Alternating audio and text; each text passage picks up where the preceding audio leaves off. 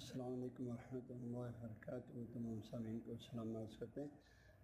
ہمارے جو ہے خلافت باب طہارت کے حوالے سے، وضو غسل کے حوالے سے ہونے والی سوالات کے جواب کے سلسلے میں ہماری گفتگو چلا ہے۔ تو ان ہونے والے سوالات میں سے کہ یہ ہے کہ ایک بندہ خدا فرماتے ہیں مجھے دن میں 2-3 بار سفید پانی خارج ہوتا ہے، تو کیا یہ پانی نجس ہے اور مجھے جنابت کا غسل کرنا پڑے گا؟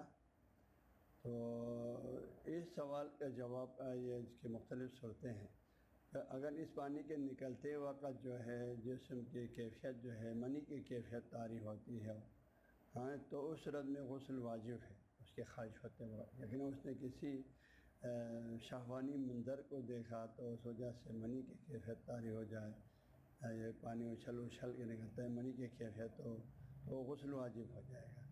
اگر یہ سفید پانی پیشاب کے بعد نکلتا ہے تو ناپاک ہے اور اس کا دہنا جو ہے واجب ہے، اس پر غسل واجب نہیں ہے، جس کو ودی کہا جاتا ہے۔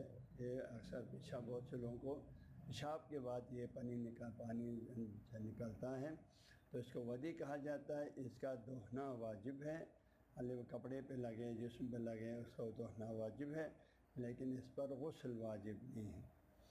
اگر جو ہے یہ سفید پانی جو ہے گرم مزاج والے بندے کو کسی شہوانی سوچ یا منظر کے دیکھنے سے نکلا ہے تو یہ مزی ہے اور وہ بالکل صاف جو ہے سفید پانی ہے، پتلا سفید پانی ہے، تو یہ مزی ہے، معاف ہے۔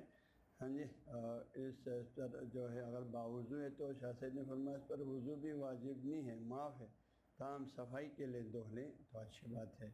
ہاں جی، صفائی کے لمچے بھی کپڑے پر گرتے ہیں تو ہم دھوتے ہیں، سالن بھی گرتے ہیں تو دھوتے ہیں، تو اس طرح یہ بھی ایک معاف ہے تو شرعاً معاف ہے، لیکن صفائی کے لیے دھونا نظافت من الایمان ہے، تو زاویے سے دھونا جو ہے اچھی بات ہے، آپ اس کو دھو لیں، صاف ستھرا ہو کے بیٹھیں، کسی جو ہے ایک مکروہ چیز کو بھی لے کے پھرنا صحیح نہیں ہے، دھو لیں اچھی بات ہے۔ لیکن شرعاً اشاعت پر نہ غسل واجب ہے نہ اس کی وجہ سے وضو واجب، فقط پہلے سے وضو ایسے فرماتے ہیں اس کا وضو بھی نہیں ٹوٹتا۔